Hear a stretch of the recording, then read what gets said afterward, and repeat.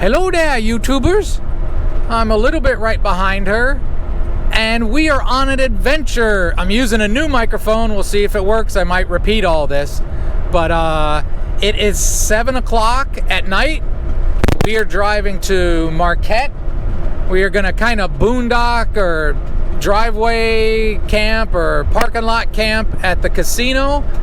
Then early in the morning, her dog has an appointment at the vet. Then we have an appointment at the tire place to get her extender valve stems put on. And then we are going to Ontonagon. Yay! For those of you that follow along, I'm finally going back to Ontonagon this year. We're getting there pretty late, and it has been just a travesty of errors. We knew we were going late, but it's been a travesty of errors. We are also...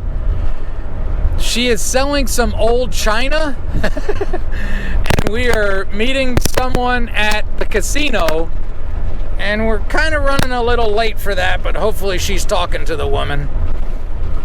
Nobody wants nothing for china. It's really pretty old china, and I think she's getting $40 for it, where, you know, 30 years ago people would cut off an arm for this stuff, but that's enough for now. We got a funny little quick story.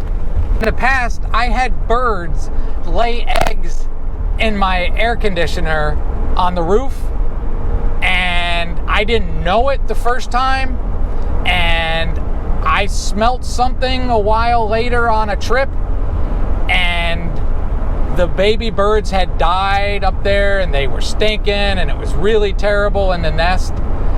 So they tried to do it again, so I keep a tarp stuffed around it with, I use pool noodles to keep it in there so the birds couldn't get in there and put a nest again. You know, it's disgusting. So I'm driving, and the voice goes, "Did you mean to leave a tarp on the top of your RV?" So luckily she could see it. And I had, I think, 4 parts of pool noodles holding the tarp down. The end of the tarp is all frayed now, and I have 2 pool noodles left. But everything else is good. So we are carrying on. This is the medium mod mic, not the new lapel mic. So like I said, we're going up to the casino in Harvey, which is Marquette, basically. Back in the day, if you see my old videos, they used to have free power camping, and I stayed there a bunch of times and left there with their money. They redid the casino, and I haven't been inside it since they've redone it a few years ago. So we're gonna get there, and like I said before, we're meeting a woman who's gonna buy some old china. Then we'll do a little gambling, probably eat something because I'm really hungry. And we're gonna go to Ontonagon, like I said, and we have 3 or 4 really nice days for the end of September. So we're excited about that. And then the voice has some more places planned that we hope to hit on the way back. We plan to be gone for a week or 10 days or so. So I might add something onto this, or I might not. I don't know. But as always, running late. If you could start now, crossing your fingers, it ain't gonna matter because this happened probably a month ago. Like I said in the last video, I still got to do all the stuff we did at Nebish Island, which was really cool. But cross your fingers that maybe we win a little bit of money in the casino. We both sure could use it. So I'll give you a little other update. Some of you know, Ontonagon, how they work is it's a county campground, and it's beautiful. There's something about this place. I just love this place. But they don't do reservations. So what you can do is you can call the morning of the day you want to stay there, and if they have openings, they'll hold a site for you. And if you know like a site that you like, they'll try to hold that one for you if they can, except for waterfront. They do kind of a snake kind of draft kind of thing. People get so many days on waterfront, and then they have to leave if somebody else wants it. They can move to another site. They just have to leave the waterfront site. I usually don't pay for the waterfront site because you can see it, and it's cheaper. I think they've gone up to $26. So I called them this morning, and I think I know the person because I've been coming up for so long, and asked, you know, what it looks like for tomorrow, and he said, oh, you won't have any problems. So first thing in the morning, I will call there and ask for 2 sites, hopefully the one I want, which, again, for those that watch along, there's a really tiny little site on the end, on a corner, that almost nobody can fit in except for a van, and an older, smaller van. And I love that spot because it opens up spots for other people that need more room, and probably more importantly, I can pick up the Wi-Fi from the office there and watch TV. If I'm doing videos, I can work on videos and all that kind of stuff. So I really like that spot. So fingers crossed, I get at least that spot, hopefully the one right next to it. I like Wi-Fi. Mainly for the YouTube videos. I gotta get a new processing thing because I'm using Clipchamp, which part of our reason for being late is I was rushing to get a video posted today. What is today? 25th of September, and it was a video about an RV we went to look at. An RV that literally broke our hearts. I will say it again. You go on RV Trader, you go to these different places and you look for things, and don't trust pictures, and sadly don't trust pictures to be current, because when we looked at it, I could tell from the pictures I took to the pictures that the woman had posted that a lot of time went in between those 2 pictures. Now, she was almost 80 and getting out of the RV game, so I don't think she was trying to be bad. I think she just used the pictures she had. And she had full-timed in it for 7 years, and like I said in that video, you know, say what you want, but these things are just not meant to be full-timed in, you know? Especially if you're not really careful. The outside, the finish was just done. It had been baked in the sun. Seriously, my van, which I haven't been as good as I need to be lately, the last year or 2, I haven't been washing and waxing as much as I need to, which I'm going to do when we get back. But my van looks better than hers. But then again, that one's a 2016 and mine's a 1999. But she lived in it for 7 years. So, you know, the amount of traveling I do compared to what she was doing for every day for 7 years, it's going to take a toll. So what we learned from that is that's another question we're going to ask somebody before we drive, especially a long way, to see an RV. I've posted 2 videos of RVs we went to look for, and I think they were like 2 or 3 days apart that we took trips, and both of them are still for sale. The first one was in better condition. It just wasn't for us. This one, like I said, kind of broke both our hearts, because it's exactly the RV that we want. But 7 years of every day, it's just not prepared. It's just too much. And like I said in that video, you know, we told ourselves, oh, no way. The voice, we didn't drive it. We didn't have her turn anything on.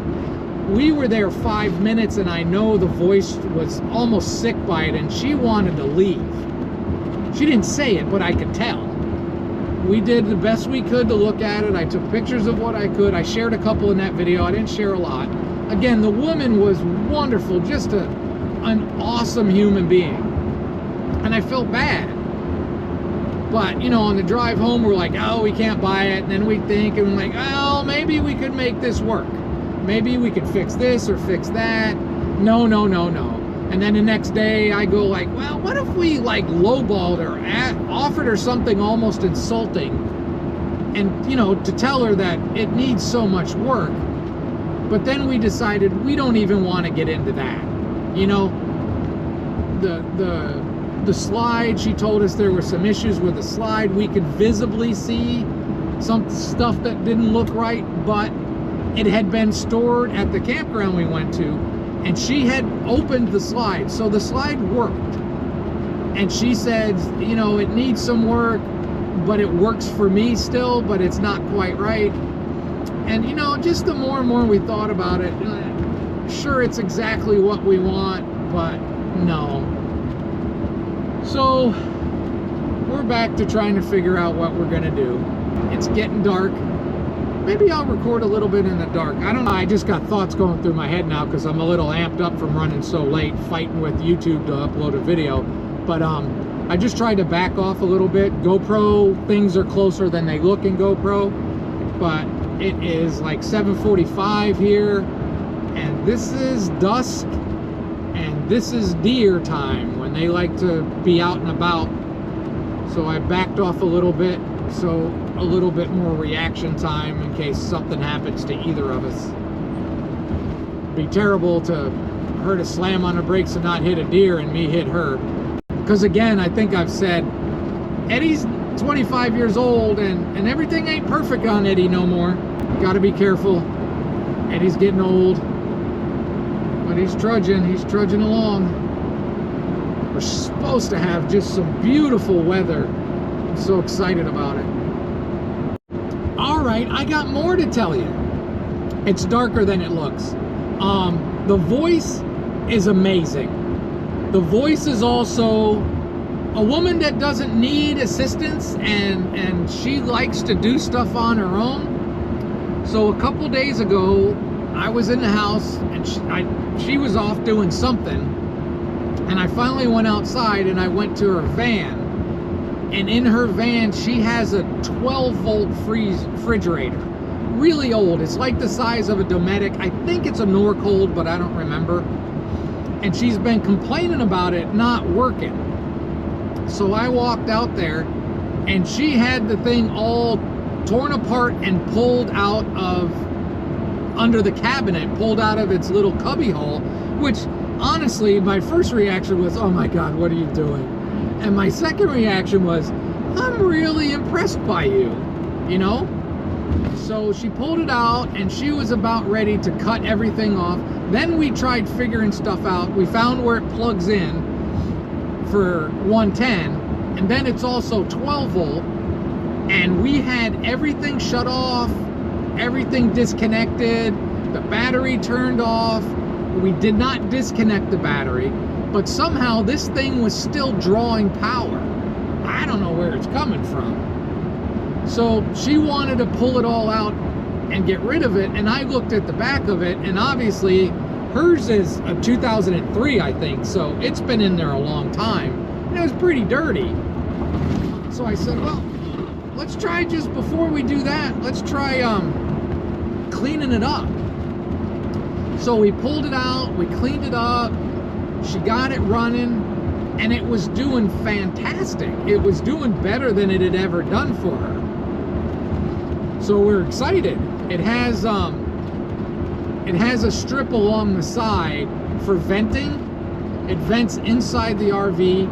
So we got it back in there, and there's some drawers, you know, some cabinet doors around it. I said, let's leave those open, help airflow get through. She put a little fan there. We have plans of getting small computer fans to help that airflow, to help that thing do better. So I was all excited, and we were excited. And now again, it seems like it's just not getting as cold as it should. But I'm still impressed by the voice. Is just, she's amazing. Well, we're taking this trip. Let's just see until we get to where we're on power, and then we'll see how it does. It might be, if we're lucky, the best thing might be is that it'll work well enough when it's on power, but maybe not so good when you're trying to run it off the battery. You know, it's just a power suck. You know, it just does not stop running, even when she sets it low. But it did better than it was doing. Maybe jostling it around just moved a little bit of the ammonia, whatever that because it's not Freon, whatever that thing that makes these things work, the different RV fridges, the old ones. So maybe it'll start working better, or maybe we got the best we could. But I thought that was interesting. But sadly, I said to her today when we were talking about it, I said, oh, it's too bad, we should have filmed that. People might have liked to see that all pulled out and what the back of it looks like. And I was on circuits and different fuses and everything, and I could not, ooh, airbag. I could not get that darn thing to shut off, you know, it's getting power from somewhere. I checked under the hood, cab battery, and it wasn't drawn from there, so I don't know where the heck it was getting power, but it was still running. Was that an interesting story? Maybe, maybe not. Oh, it's too bad we're late, YouTubers, because I had plans. Remember, I stayed at this casino years and years ago for a lot, and if you walk just like 3/4 of a mile to a mile, there's a rest stop right on Lake Superior. Beautiful sunsets, and I had plans of taking her there to let her see those sunsets, but as you can tell, even with the GoPro, sunset ain't happening to us tonight. It's just not. We're getting the sunset while we're driving, not while we're sitting on the beach. I'm probably gonna add on a little bit of the casino, and maybe I'll win a lot of money and I'll share that with you, but most likely we probably won't. Maybe she can turn the old China money into like loads and loads of money in the casino. Wouldn't that be wonderful? Oh, I saw these lights. And you start smelling something. You ever get that? You start smelling something, and I think it was not my van. I think it's campfire, but sometimes, you know, you got an older thing and you smell different smells or hear different sounds, and you start going, oh, looking at all your gauges, and yeah, everything seems okay. You can't see much at all because it's pretty dark. It's funny how when it gets low light, GoPro makes it brighter than it is, but when it gets dark, GoPro's done. It's got nothing. Ojibwa Casino. Yeah, I stayed here for a really long time. A couple different times. One time really long, and another couple times like a week. So if you don't think a week is long, I stayed here really long. Again, for free, and made money. RV park coming summer 2024. Is there an RV park now? I saw a sign that said RV park 2024. This is summer of 2024, like the end of it. Interesting. I don't think we want to pay anyways, but at least they're putting one in. The lights on this old van aren't great, but they're a little better than they look. I told her wherever she wants to go. The parking lot in this casino is huge, so we figured a quiet corner would be the best spot for us. Weird. That looked like it might be the casino or the campground over there. I know it's been a really long time since the first time I was here, but it just looks so different. Maybe I'll put a link in the description to an old video of this place. All right, I'm going to call this done. We might move around. We don't know. All right, YouTubers, we're down in a corner here, which is pretty nice, but it's not real level. This whole parking lot is pretty flat, is not flat at all. Kind of surprising when they did all this work that they really didn't make their parking lot flat. I'd be mad if I was them, whoever they paid to do it. But we're going to move over to where there's some other RVs because it's a little bit more level there. And this spot makes for a pretty darn long walk up to the casino. This is like a very hopeful parking lot. They really hoping a lot of people show up here. There are advantages to being closer to the facilities, if you know what I mean.